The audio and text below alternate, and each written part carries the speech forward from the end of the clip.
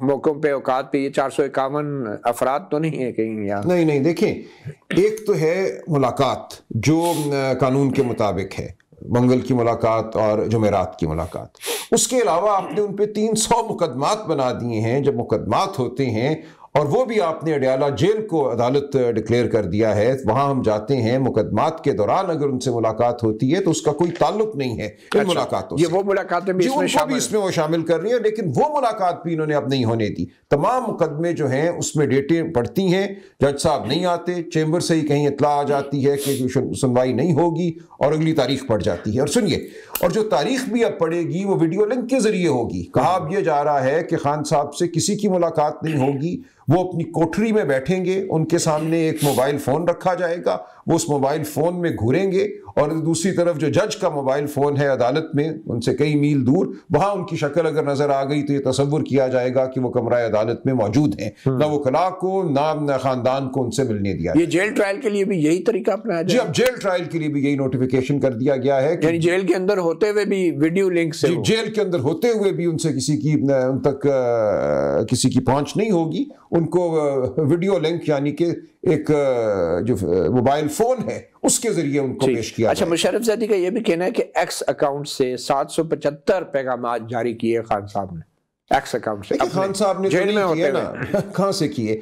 یہ تو جیل حکام ایک جو انہوں نے ایک مقدمہ دائر کروایا ہے اسلام آباد ہائی کورٹ میں ایکس اکاؤنٹ کے حوالے سے. اس میں جیل حکام نے یہ تحریری طور پہ کہہ دیا ہے کہ عمران خان کوئی اکاؤنٹ آپریٹ نہیں کرتے. اچھا، 30 سے زائد مرتبہ مشرف زادی کے مطابق ڈاکٹروں نے طبی معائنہ کیا. ان کی مرضی کے، ان کے جو اپنے معالج ہیں انہوں نے شاید ان کو اس عرصے میں صرف 2 دفعہ یا 3 دفعہ دیکھا ہے. اپنی مرضی کے معالج بھیجتے ہیں جو اپنی مرضی کی رپورٹ دیتے ہیں جس پر ہمیں کوئی اعتبار نہیں ہے. اچھا، کل اڈیالہ جیل کے باہر کیا ہوا؟ علیمہ خان، ان کی بہنیں اور آپ؟ کچھ بھی نہیں ہوا. دیکھیں، ہر دفعہ ہم جاتے ہیں، اپنا حق ہم جتاتے ہیں، ہمارے پاس عدالتی احکامات ہیں کہ منگل والے دن بہنیں بھی ملیں گی، منگل والے دن وکلاء بھی ملیں گے. آپ کو کاپی مل گئی آرڈر کی لارجر بینچ کی؟ جی ہمارے پاس ہے، کب سے ہے وہ. اور وہ آپ جیل حکام کو دکھاتے ہیں؟ بالکل دیتے ہیں، اور وہ اس کو اٹھا کے سائٹ پہ پھینک دیتے ہیں. اور جب ہم توہین عدالت کی درخواست دائر کرتے ہیں اسلام آباد ہائی کورٹ میں، اس کو نہیں سنا جاتا. ہم نے سپریم کورٹ میں توہین عدالت کی درخواست دائر کی، اس کی اپیل دائر کی. ہماری ایک درخواست کو سرسری طور پہ خارج کر دیا اسلام آباد ہائی کورٹ نے، کوئی وجہ بتائے بغیر. اس کے خلاف جب ہم سپریم کورٹ گئے تو سپریم کورٹ نے کہا ہم تو اب عاجز ہیں، یہ معاملہ اب آئینی عدالت میں جائے گا، آئینی عدالت کی مرضی ہوگی تو وہ سنے گی، نہیں سنے گی. لہٰذا ہر دروازہ بند کیا جا رہا ہے اور یہ کہا جا رہا ہے کہ تمہارا یہاں بیٹھنا جرم ہے. ہم وہاں جاتے ہیں اور یہ کہتے ہیں کہ ہمارا حق تھا، تم نے یہ کیوں روکا. آگے ہمارے جنگلے لگا دیے جاتے ہیں، اس کے پیچھے ہیلمٹ میں پولیس والے کھڑے ہوتے ہیں، ان کے پیچھے واٹر کیننز ہوتی ہیں، ربر بلٹس ہوتی ہیں. وہاں پہ ہم صرف رک جاتے ہیں اور جو بہنیں ہیں وہ بیٹھ جاتی ہیں. ہم میں سے بیشتر لوگ جو ہیں سائٹ پہ، سڑک کے سائٹ پہ ایک میدان سا ہے، ایک علاقہ ہے، ایک گاڑیوں کا واش روم ہے، اس کے ساتھ ایک کھابا ہے، وہاں چائے ہوتی ہے، تو ہم اس کے سامنے اس میدان میں ہم جا کے بیٹھ جاتے ہیں. سڑک پہ بھی ہم نہیں ہوتے. تو ابھی بھی آپ احتجاج جاری رکھیں گے اسی طرح؟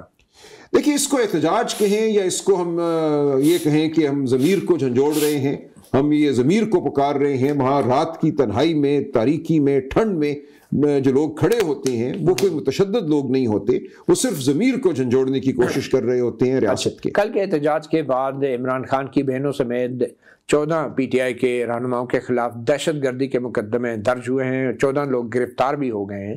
تو جو ان میں شامل ہوں، مجھ پہ بھی دہشت گردی کا مقدمہ بنایا گیا ہے، اور یہ پہلا مقدمہ نہیں ہے میرے اوپر. اب یہ غالباً 22ویں FIR ہے. تو ہر دفعہ جب ہم گھر سے باہر نکلتے ہیں، میں کل گیا، میرا نام ہے لسٹ میں، میں کوآرڈینیٹر ہوں وکلاء کا، تو میں اپنا حق لے کر، عدالتی فیصلہ لے کر وہاں گیا.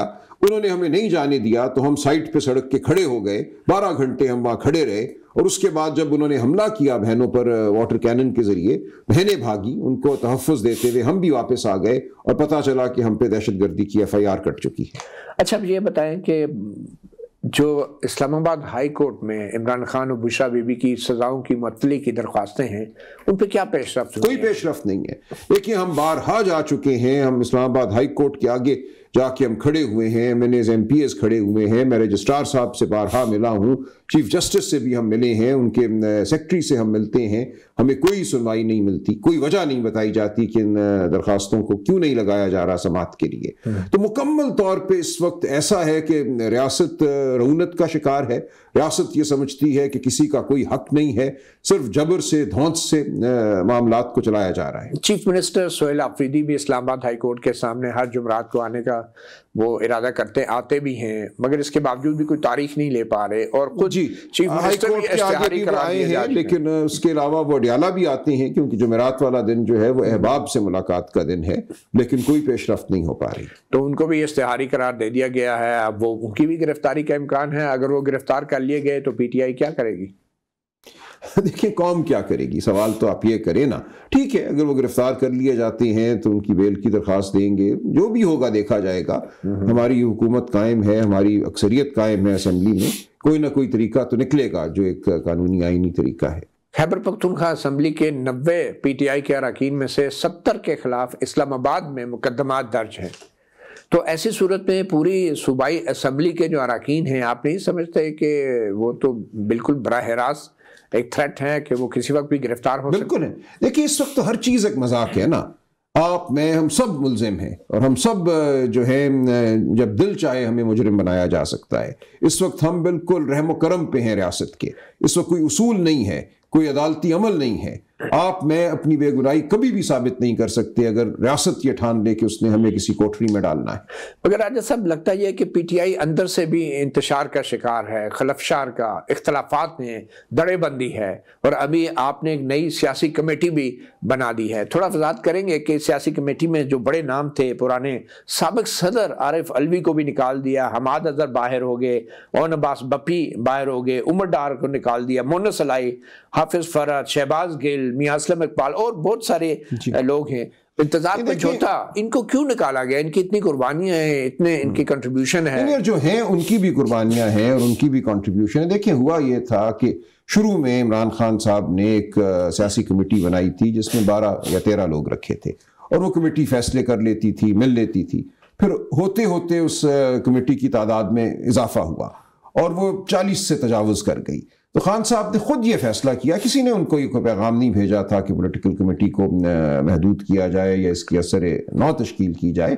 خود وہ کافی عرصے سے یہ سمجھ رہے تھے کہ یہ کمیٹی اب بہت بڑی ہو گئی ہے, تو ان کی جانب سے ہدایت آئی مجھے کہ اس کو مختصر کریں اور اس کو اثر نو اس کی تشکیل دیں. میرے لیے بڑا مشکل مرحلہ تھا کہ میں کس کو رکھوں کس کو نہ رکھوں. یہ اختیار آپ کو دیا تھا خان صاحب؟ جی. اب یہ کہنا کہ اس کی قربانی یا اس کی سمجھ بوجھ زیادہ ہے اس لیے میں اس کو رکھوں گا اور اس کی کم ہے اس لیے نہیں رکھوں گا, میں نے فیصلہ کیا کہ میں ایسا کوئی معیار نہیں اپناؤں گا. میں نے صرف ایک معیار اپنایا, اور یہ تھا کہ جو کلیدی عہدیداران ہیں جن کے پاس پارٹی کے امور کا اختیار ہے پارلیمنٹ کے اندر اور پارلیمنٹ کے باہر, ان کو کمیٹی میں رکھا جائے تاکہ ہر ایک کی ایک ذمہ داری ہو. تو ہم نے یہی کیا. جو 4 صوبائی صدور ہیں, جو آزاد کشمیر اور گلگت بلتستان کے صدور ہیں, ان کو رکھا. اسی طرح جو کلیدی عہدیدار ہیں پارٹی کے, chairman, secretary general, additional secretary general, information secretary, ان کو رکھا.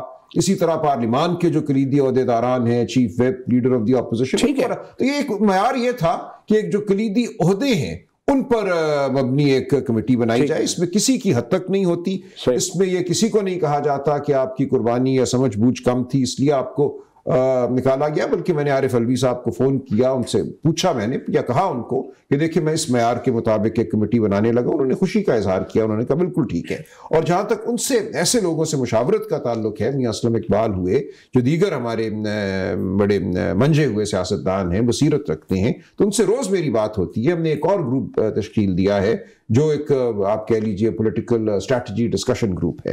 تو اس میں جو ان کی جو انسائٹ ہے, جو ان کی بصیرت ہے, اس سے پارٹی فائدہ. اس کی سربراہی کون کرتا ہے؟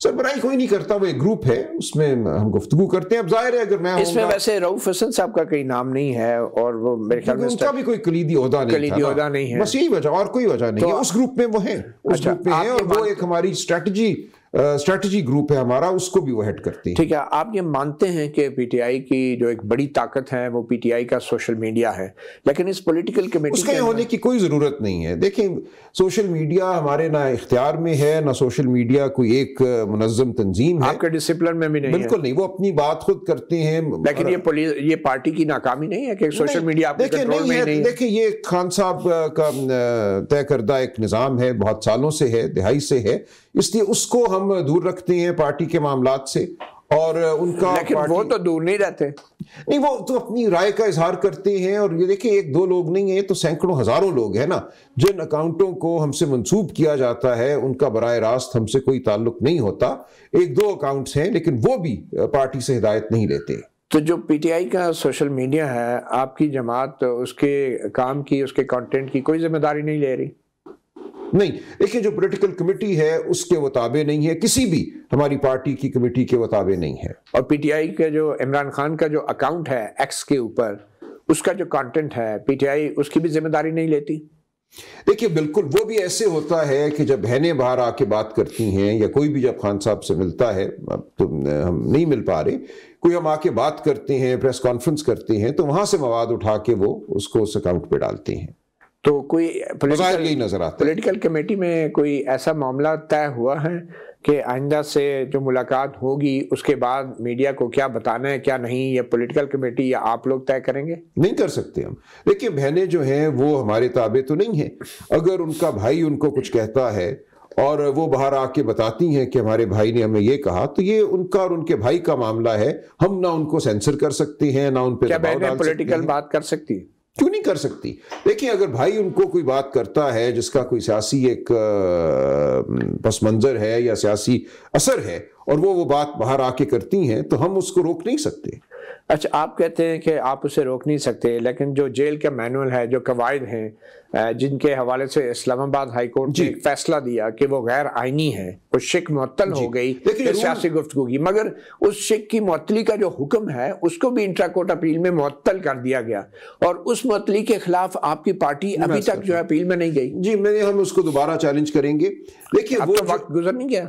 نہیں، ہم ایک نئی پٹیشن کریں گے، کیونکہ اس کو انہوں نے ٹیکنیکل گراؤنڈز پہ کیا ہے، اور اس میں کچھ بات درست بھی ہے، جس طرح وہ پہلا فیصلہ، لیکن وہ پینڈنگ ہے اسی اینی وے ابھی بھی، ٹھیک ہے، لیکن وہ بالکل پینڈنگ ہے۔ لیکن ہم یہ اب ارادہ کر چکے ہیں کہ ہم ایک نئی پٹیشن دائر کریں گے اور اس رول کو چیلنج کریں گے۔ دیکھیے وہ رول ہے کیا؟ وہ رول 1978 میں مارشل لاء کے زمانے میں ضیاء الحق نے شامل کیا، اور یہ کہتا ہے کہ جیل کے اندر پولیٹیکل ایکٹیویٹی نہیں ہوگی۔ تو یہ جیل کے اندر پولیٹیکل ایکٹیویٹی تو نہیں ہے، مقصد اس کا یہ ہے کہ جیل کے اندر 1000 1200 2000 اگر انمیٹس ہیں، قیدی ہیں، تو ان کے اندر اگر کوئی سیاسی بات کرتا ہے، کوئی گروہ بنانے کی کوشش کرتا ہے، تو وہ نہیں ہوگا۔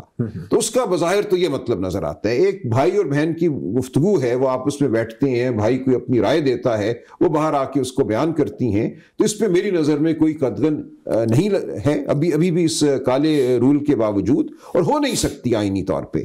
دیکھیں اسلام آباد ہائی کورٹ نے جو فیصلہ کیا تھا وہ بالکل ٹھیک تھا ان پرنسپل، اس میں ٹیکنیکل کچھ ایشوز تھے، فلاں کو نوٹس نہیں ہوا، یہ نہیں ہوا، اس بنیاد پہ اس کو سسپینڈ کیا گیا ہے۔ لیکن ہم اگر پوری دنیا کو دیکھیں، جب جنوبی افریقہ میں نیلسن مینڈیلا اور سٹیو بیکو جیل میں تھے، وہ جیل سے انہوں نے اپنی پارٹی کے الیکشن لڑے۔ آپ دیکھیے انگریز کے سامراجی دور میں گاندھی اور نہرو نے کتابیں لکھی، ابوالکلام آزاد نے کتابیں لکھی، جی یہ کہنا کہ آپ جیل میں بیٹھ کر سیاسی خیالات کا اظہار نہیں کر سکتے، اس کی کوئی بنیاد نہیں ہے۔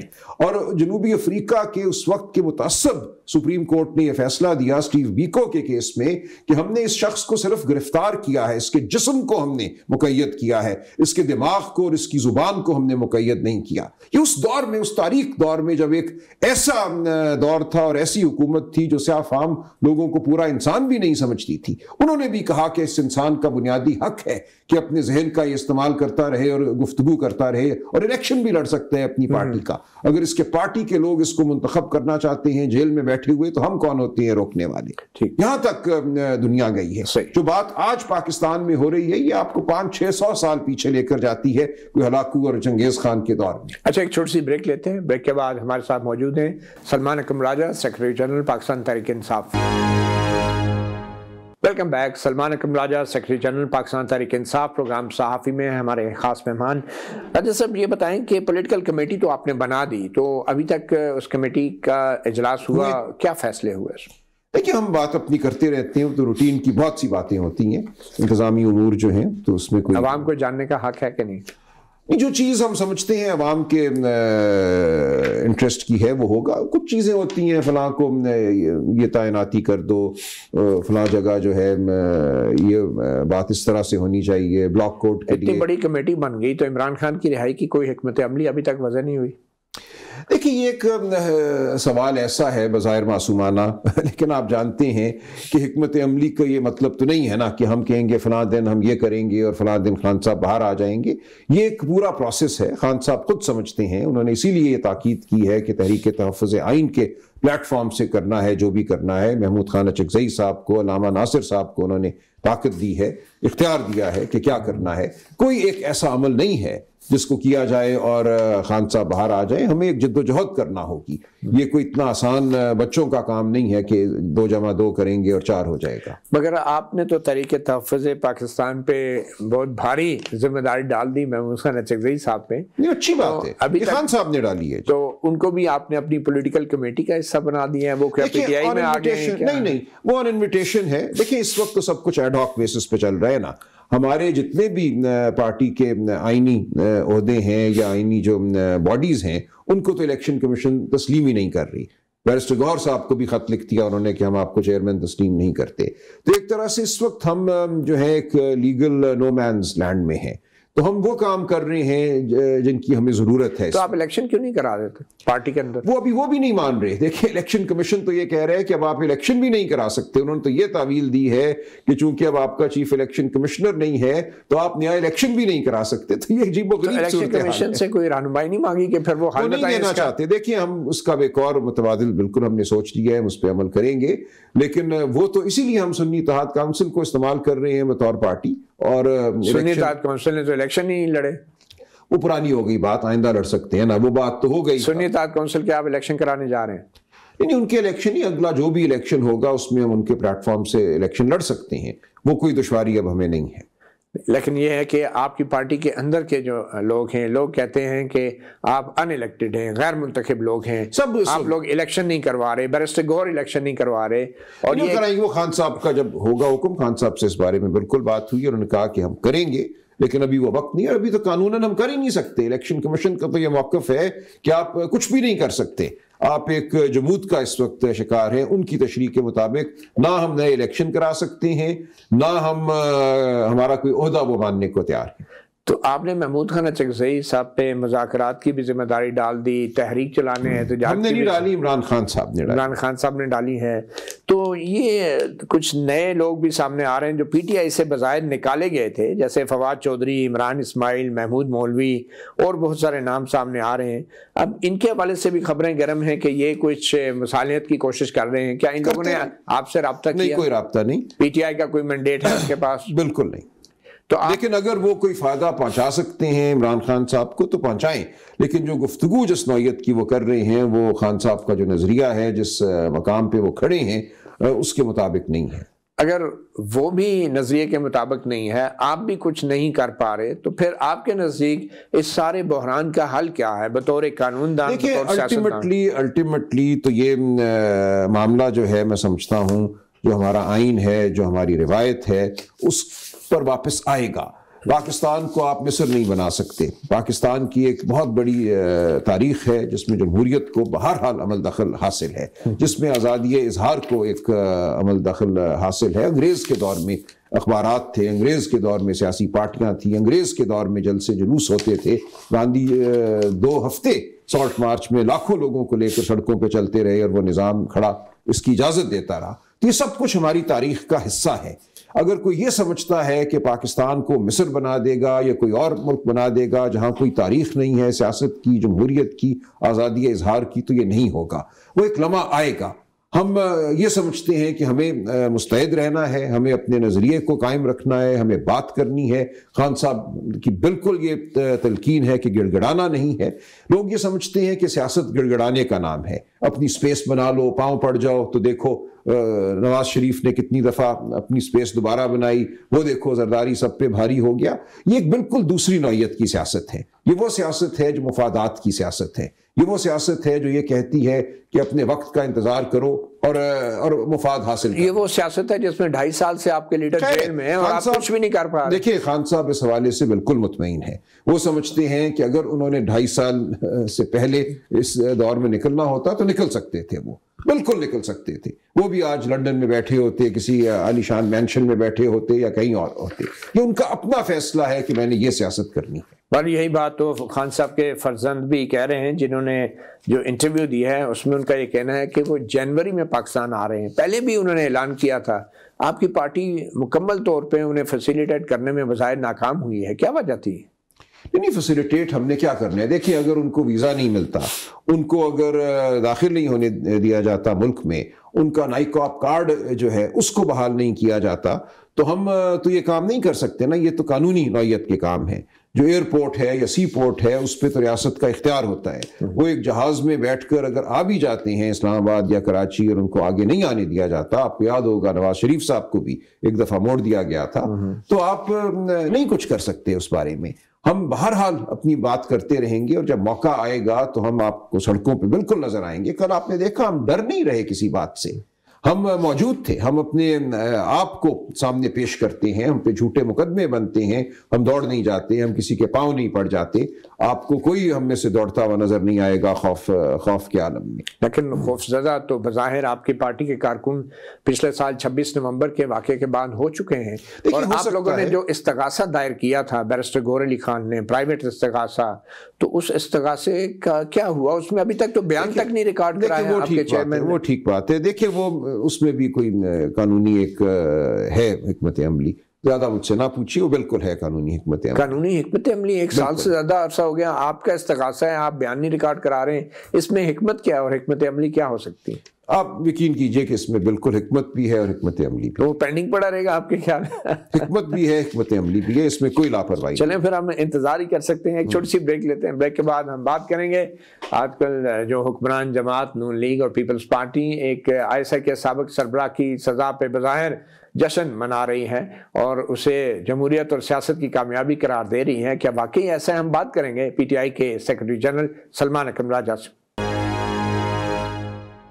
Welcome back. Salman Akram Raja secretary general Pakistan Tehreek Insaf ہمارے ساتھ موجود ہیں. تو راجہ صاحب، بطور ایک قانون دان، بطور ایک سیاست دان، کیسے دیکھتے ہیں آپ سابق سربراہ ISI فیض حمید کے 14 سال قید بامشقت کے اس معاملے کو؟ آپ سمجھتے ہیں کہ یہ جمہوریت کی فتح ہے، سیاست کی فتح ہے، سویلین بالادستی ہے، پارلیمنٹ کی بالادستی ہے، آئین اور قانون کی بالادستی ہے؟ کیسے دیکھتے ہیں آپ اس؟ نہیں، ایسے تو میں نہیں دیکھتا. اصولی طور پہ تو یہ بات درست ہے کہ اگر کسی عہدیدار نے، خواہ وہ عسکری عہدیدار ہو، اپنے دائرہ اختیار سے تجاوز کیا ہے، اپنے حلف کی نافرمانی کی ہے، تو بالکل اس کو سزا ملنی چاہیے. یہ چیز تو ہم نے عسکر خان کیس میں بھی. آپ کے خیال میں فیض حمید نے حلف کی خلاف ورزی کی؟ یقیناً میں نہیں کہہ سکتا، لیکن میرا خیال ہے کہ جو باتیں سامنے آ رہی ہیں کی ہوگی. اور اگر کی ہے اور اس بنیاد پہ ان کو اگر سزا ملتی ہے، لیکن وہ سزا ایک شفاف طریقے سے ملے. اس لیے نہ ملے کہ ان کی سیاسی وابستگی ایک طرف بتائی جاتی ہے یا ان کا سیاسی رجحان. سیاسی وابستگی تو جرم نہیں ہے. نہیں دیکھیے، کسی بھی سابق جنرل کا وابستگی اور بات ہے. دیکھیے ووٹ تو جنرل بھی ڈالتے ہیں نا، ان کو بھی حق ہے ووٹ ڈالنے کا. لیکن اپنے حلف کی روگردانی کر کے سیاست میں مداخلت کرنا، جو کہ آپ نے عسکر خان کیس میں دیکھا، اس وقت کے جو DG ISI تھے، آرمی چیف تھے، ان کے حوالے سے ایک تاریخی فیصلہ. کیا فیض حمید نے سیاست میں مداخلت کی؟ دیکھیے میں اس وقت خود سیاست میں نہیں تھا اور میں نہیں جانتا. آپ کی پارٹی کا کیا موقف؟ دیکھیے پارٹی اس حوالے سے کوئی اس وقت موقف نہیں لے رہی، کیونکہ موقف لینے کی ضرورت نہیں ہے. لیکن جب یہ بات سامنے چلے گی تو موقف لے لیا جائے گا. میرا نہیں خیال کہ پارٹی جو الزام ان پہ لگایا جا رہا ہے، ابھی تو خیر ان کو سزا کسی سیف سٹی کے معاملے میں دی گئی ہے. نہیں، 4 الزام ہیں جس میں سیاسی سرگرمیوں میں حصہ لینے کا بھی الزام ہے. گو کہ وہ ریٹائرمنٹ کے بعد جو یہ پورا عمل چلا ہے، ہم سمجھتے ہیں کہ پاکستان میں جو یہ ملٹری عدالتیں ہیں وہ شفاف ہرگز نہیں ہیں. وہ سویلینز کے لیے تو بالکل بھی ناقابل قبول ہے، لیکن آرمی افسران کے لیے بھی وہ شفاف نہیں ہے. پوری دنیا میں جو کورٹ مارشل کا نظام ہے اس کو تبدیل کر دیا گیا ہے. آپ اگر بھارت کو دیکھیں وہاں بھی اپیل ہائی کورٹ میں جاتی ہے، یہاں اپیل آرمی چیف صاحب کے پاس جاتی ہے۔ آپ اگر برطانیہ کو دیکھیں وہاں تو پہلا جو کورٹ مارشل ہے وہ بھی ایک ہائی کورٹ کا جج جو ہے اس کی سربراہی میں کورٹ مارشل ہوتا ہے۔ تو یہ جو پورا عمل ہے یہ شفاف نہیں ہے، تو اگر کوئی بھی فیصلہ ایک ملٹری عدالت دیتی ہے ہم اس پہ انحصار نہیں کریں گے۔ تو آپ سمجھتے ہیں کہ فیض حمید معصوم ہے؟ نہیں، میں یہ بھی نہیں کہہ رہا، میں صرف یہ کہہ رہا ہوں کہ کوئی شفاف طریقے سے لیا گیا فیصلہ ہمارے سامنے اس وقت نہیں ہے، بلکہ ہم تو جانتے ہی نہیں کہ فیصلہ ان کے حوالے سے ہے کیا۔ اس وقت تو صرف ایک اخباری خبر ہے کہ ان کو سزا دے دی گئی ہے، فیصلہ نہ آپ نے دیکھا ہے نہ میں نے دیکھا ہے۔ ایک تاثر ہے کہ فیض حمید جو ہے وہ 9 مئی کے معاملات میں پی ٹی آئی کے کارکنوں یا رہنماؤں سے رابطے میں تھے، آپ اس حوالے سے کیا کہیں گے؟ الزام ہے یہ بلکہ۔ بالکل نہیں، دیکھیں ہماری پارٹی کا جو موقف ہے، جو عمران خان صاحب بارہا کہہ چکے ہیں کہ یہ فالس فلیگ آپریشن تھا، کوئی اس میں سازش کا عنصر نہیں تھا، ہمارا یہی موقف ہے۔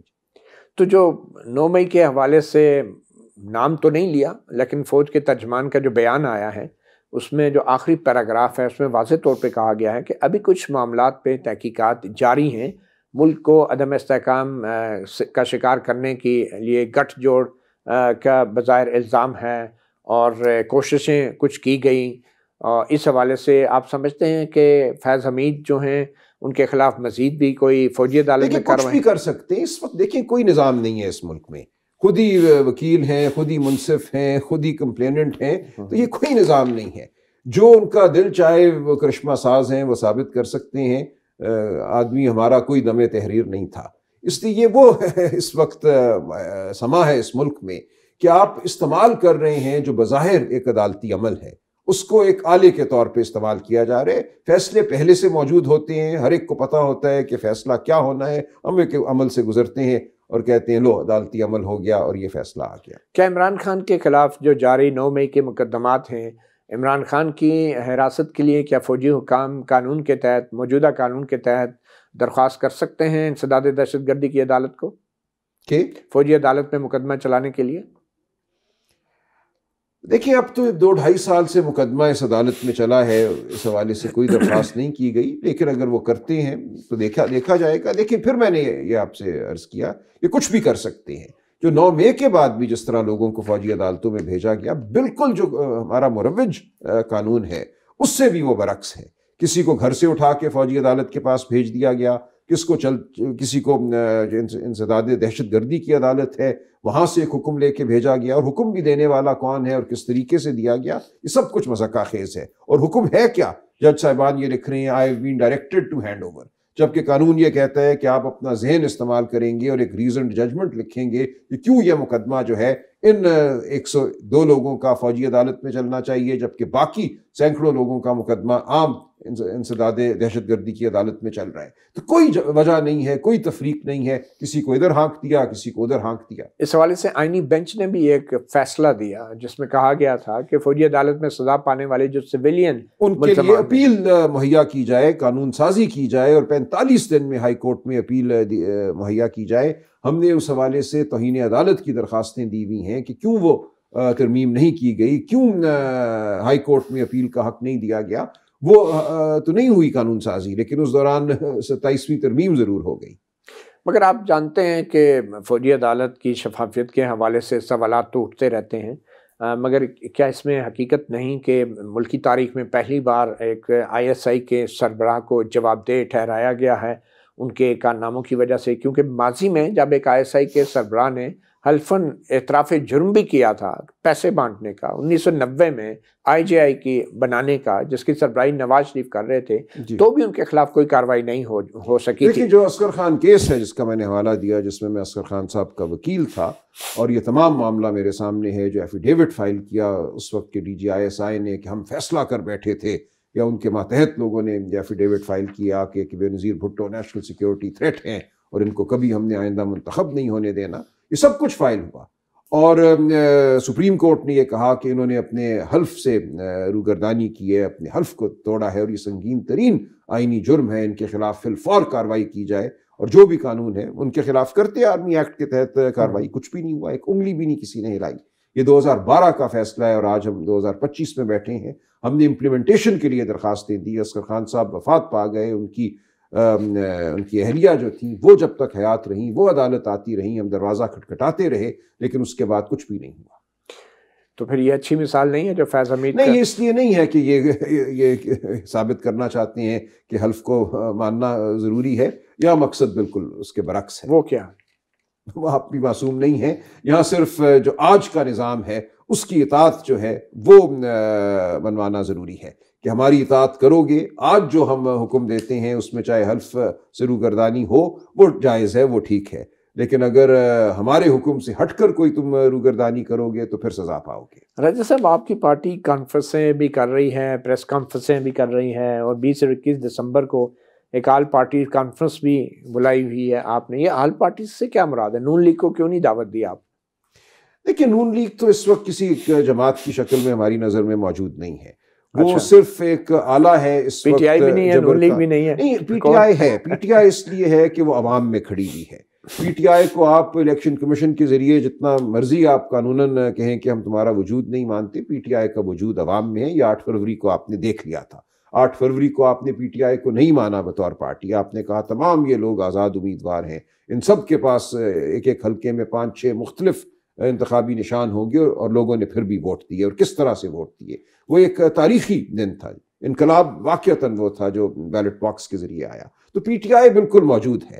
ایک 16 سیٹوں والی جماعت کو آپ نے ہوا بھر بھر کے کہا کہ اب یہ 2/3 اکثریت ہے اور بیٹھی، لیکن مذاکرات تو آپ نے انہیں سے کرنے۔ دیکھیں، گفتگو ہوتی رہتی ہے، پارلیمان میں ہم موجود ہیں، ہماری ان سے، ہمارے لوگوں کی، ہمارے ممبران کی گفتگو ہوتی ہے، تو ان سے تو معاملات جو ہے اس سطح پہ چل رہے ہیں۔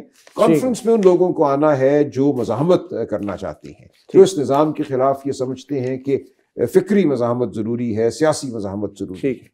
راجہ صاحب، پی ٹی آئی کے لیے پیسے کم پڑ گئے ہیں، کوئی چندہ مانگ رہے ہیں آپ اپنے؟ چندہ نہیں، یہ معمول کی بات ہے، یہ ہمیشہ انکار بھی کر دیا آپ کے لوگوں نے؟ نہیں، کوئی انکار نہیں کیا، بالکل دیں گے، یہ پہلے بھی دیا ہے، اور یہ بالکل معمول کی بات ہے، ہر پارٹی کو یہی کرنا چاہیے۔ پہلے پچھلے حسابات کا، بجٹ کا اپنا حساب تو دیں۔ وہ ہے، وہ سب موجود ہے۔ آپ آڈٹ رپورٹ جاری کرتے ہیں اپنی پارٹی کے اکاؤنٹ سے؟ ہے، بالکل ہے، دیکھیں اس میں کوئی ایشو نہیں ہے، 1-2 لوگوں نے یہ بات کی ہے، یہ بالکل پارٹی کا حق ہے، یہ جائز بات نہیں ہے؟ بالکل جائز ہے، ہمیں بالکل بتانا چاہیے جو ہماری فائنانس۔ ایک جنرلی بتا دیں کہ پچھلے سال آپ کی پارٹی کے کتنے اخراجات؟ میرے پاس اس وقت نہیں ہے، لیکن اس میں کوئی پیچیدہ بات نہیں ہے۔ دیکھیں، ہر پارٹی کو میں سمجھتا ہوں یہ کرنا چاہیے، اپنے ممبران سے پیسے لینے چاہیے، بجائے اس کے کسی امیر الیکٹیبل سے آپ پیسے لیں، کوئی اے ٹی ایم ڈھونڈیں۔ ایک جمہوری پارٹی کو اپنے جو اراکین ہیں، اپنے جو ممبران ہیں، ان سے ایک فیس لینی چاہیے، اور بالکل شفافیت سے لینی چاہیے۔ اوورسیز نے پیسے بھیجنا بند کر دیا؟ اب نہیں، میں اس وقت میں انٹرسٹڈ نہیں ہوں اوورسیز میں، کیونکہ وہاں سے جو بھی پیسہ آئے گا اس کو یہ کسی نہ کسی مقدمے کا شکار کریں گے، تو بہتر ہے کہ ہم ملک کے اندر پیسے لیں، وہاں سے بھی ہوگا۔ بالکل ہمارا حق ہے کہ جو ہمارے بیرون ملک ممبران ہیں وہ بھی ممبرشپ فی پے کریں، لیکن وہ بعد میں دیکھیں گے۔ اس وقت ہم سمجھتے ہیں ملک کے اندر فنڈ ریزنگ جو ہے ضروری ہے اور ہمارا حق ہے۔ پی ٹی آئی عدالتی محاذ و خاص طور پہ عدلیہ کی آزادی کے حوالے سے جو نئی ڈیولپمنٹس ہو رہی ہیں، جیسے طارق محمود جہانگیری جو اسلام آباد کے 3 حلقوں کی اسکروٹنی کر رہے تھے، نون لیگ کے 3 جو کامیاب ڈکلیئر ہوئے ایم این ایز ہیں، ان سے فارم 45-47 منگا رکھے تھے، ان کے خلاف بھی اسلام آباد ہائی کورٹ میں ابھی یہ ریٹ درخواست پہ کارروائی ہو رہی ہے۔ انہوں نے آج بڑے سنگین الزامات لگائے ہیں جسٹس سرفراز ڈوگر پہ، اپنی سی ایم اے میں بھی اور جوڈیشل کونسل میں ایک شکایت کے ذریعے بھی، کہ انہوں نے نجی طور پہ پرائیویٹلی رابطہ کیا جسٹس جہانگیری سے اور کہا کہ آپ اگلی تاریخ کا کوئی استعفیٰ لکھ کے دے دیں تو یہ معاملہ ہم یہاں پہ حل کر دیتے ہیں۔ تو یہ سارا معاملہ آپ کس طرف جاتے دیکھ رہے ہیں، یہ جو اتنے سنگین؟ دیکھیں، اس معاملے میں مقدمے میں تو ہم فریق نہیں بننا چاہتے، ہم نہیں چاہتے کہ کوئی یہ الزام لگائے کہ کوئی ہمارا خصوصی تعلق ہے۔ اچھا، آپ بطور قانون دان اس پہ کیسے گئے؟ دیکھیں، انہوں نے ایک بیان حلفی کے تحت ایک بیان دیا ہے، تو ہم اس کو ایٹ فیس ویلیو لیں گے کہ جو بات انہوں نے کہی ہے جب تک کوئی اس کو غلط ثابت نہیں کرتا تو وہ بات ہے، وہ ریکارڈ کا حصہ۔ جسٹس ڈوگر بینچ پہ رہ سکتے ہیں اب اس الزام کے بعد جو جوڈیشل کونسل میں بھی جاتے ہیں؟ میری تو یہ رائے ہے کہ نہیں، ان کو رہنا چاہیے۔ جب ان کے حوالے سے ایک بات کر دی ہے تو کسی غیر جانبدار عدالت کو اس بات کو اب دیکھنا چاہیے۔ ویسے تو پی ٹی آئی کو بھی بہت اعتراضات ہیں جسٹس سرفراز ڈوگر کے اوپر، تو آپ کو کیا لگتا ہے اس وقت عدلیہ کی کیا صورتحال ہے، عدلیہ کی آزادی کی کیا صورتحال؟ بدترین، پاکستان کی تاریخ کی بدترین صورتحال ہے اس وقت۔ تاریخ کی بدترین صورتحال؟ کیا سپریم کورٹ بھی اس میں شامل ہے اور چیف جسٹس یحییٰ آفریدی؟ دیکھیں، سپریم کورٹ سے تو طاقت ہی لے لی گئی، اب وہ سپریم کورٹ تو رہا ہی نہیں، اور جس طریقے سے آئینی عدالت کی تشکیل دی گئی ہے کہ ایک فرد واحد کو، جو اس وقت کے وزیر اعظم ہیں، جن کو ہم کہتے ہیں کہ ایک مصنوعی عمل کے ذریعے وہ وزیر اعظم بنے ہیں، ان کو کلی اختیار دے دیا گیا کہ وہ چیف جسٹس بھی لگائیں اور پھر اسی چیف جسٹس کے ساتھ مشاورت کر کے دیگر جج صاحبان بھی لگائیں۔ تو اس لیے اب آپ کو نظر آ رہا ہے کہ پورا نظام جو ہے اس کا ہدف صرف یہ ہے کہ کچھ مقاصد ہیں، کچھ فیصلے ہیں جو حاصل کرنا تھے، ہو گئے، ریزرو سیٹس کے حوالے سے ہو گیا، ملٹری کورٹس کے حوالے سے ہو گیا، اور بھی جو فیصلہ حاصل کرنا ہوگا، یہ نظام ان فیصلوں کو حاصل کرنے کے لیے اب وضع کیا گیا۔ اب اس کی ایک وجہ یہ نہیں ہے کہ جو آپ کی وکلاء کی تنظیمیں ہیں وہ بھی مفاد پرستی کا شکار ہو چکی ہیں۔ آپ پنجاب بار کونسل کے الیکشنز کو دیکھ لیں، آپ کے جو لوگ تھے وہ مبینہ طور پہ بک چکے ہیں، انہوں نے حکومتی اراکین کو سپورٹ کیا پاکستان بار کونسل کے الیکشن میں۔ تو کیا یہ آپ کی غلطی نہیں تھی کہ جو پی ٹی آئی ہے اور جو حامد خان گروپ ہے وہ متحد نہیں ہو سکا اور آپ لوگوں نے اپنے اپنے فائدے کے لیے تقسیم پیدا کر دی؟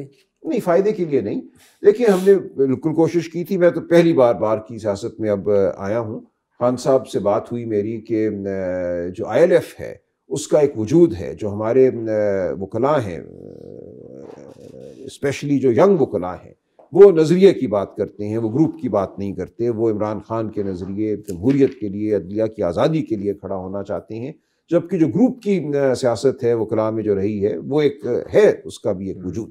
تو ہمیں ان دونوں کو اکٹھا کرنا ہے۔ کیسے یہ پہلے کر دیتا تو اچھا نہیں؟ ہم نے کوشش کی، بالکل کوشش کی، لیکن یہ آسان کام نہیں ہے۔ دیکھیے گروپ ہے جو 30-40 سال سے موجود ہے، ایک طرف آئی ایل ایف ہے جس میں ایک نظریے کی سیاست جو ہے وہ پروان چڑھی ہے، لیکن اس کے باوجود آپ یہ دیکھیے کہ ہم 42 سیٹیں پنجاب بار کونسل میں جیت گئے تھے 75 میں سے۔